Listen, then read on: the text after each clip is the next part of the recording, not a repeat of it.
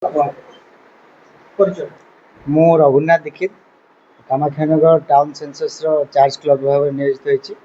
ଆଜି ଆମେ ସକାଳୁ ଦୁଇ ଜଣ ଏନୁମରେଟର ଜଣେ ସୁପରଭାଇଜର ମ୍ୟାଡ଼ାମ୍ ଦୁଇ ଜଣ ଆଉ ଆମ ଷ୍ଟାଫ୍ ଜଣେ 3 ଜଣ ଆମେ ଯାଇକରି ସେ ନିକୁଞ୍ଜ ଶତପଥୀଙ୍କ ଘର ପାଖରେ ୱାର୍ଡ଼ ନମ୍ବର 3ରେ ପହଞ୍ଚିଥିଲୁ। ସେମାନେ ଡାଟା ଦେଉନାହାନ୍ତି, ସେନ୍ସସ୍ର ଡାଟା ପାଇଁ ଆମେ ଯାଇଥିଲୁ। ଯେହେତୁ ସେମାନେ ଡାଟା ଦେଉନାହାନ୍ତି ଆମେ ଡାଟା ନେବା ପାଇଁ ଯାଇଥିଲୁ, କିନ୍ତୁ ସେମାନେ ଆମକୁ ସମସ୍ତଙ୍କୁ ତାଙ୍କ ଗେଟ୍ ପାଖରୁ ବାଡ଼େଇବା ଆରମ୍ଭ କଲେ।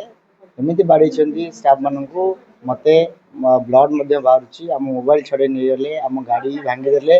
ତତ୍ସହିତ ଆମକୁ ବହୁତ ଭାଷା ଗାଳି କରିଛନ୍ତି, ଲେଡ଼ିଜ୍ମାନଙ୍କୁ ବାଡ଼େଇଛନ୍ତି, ଯେଉଁଟାକି ଅତି ନିନ୍ଦନୀୟ।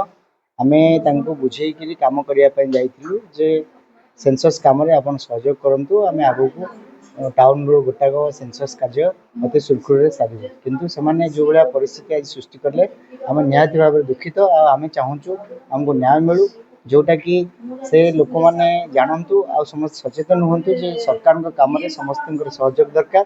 ଆଉ ଆମେ ସେ ସହଯୋଗ ଚାହୁଁଛୁ ଆଉ ତାଙ୍କ ଉପରେ କିଛି ନା କିଛି କାର୍ଯ୍ୟାନୁଷ୍ଠାନ କରାଯାଉ, ଯେଉଁଟାକି ଆମର ସେନ୍ସସ୍ର ଆକ୍ଟ ଉପରେ ଯାହା ରହିଛି ସେହି ଅନୁଯାୟୀ ତାଙ୍କୁ ଦଣ୍ଡ ବିଧାନ କରାଯାଉ।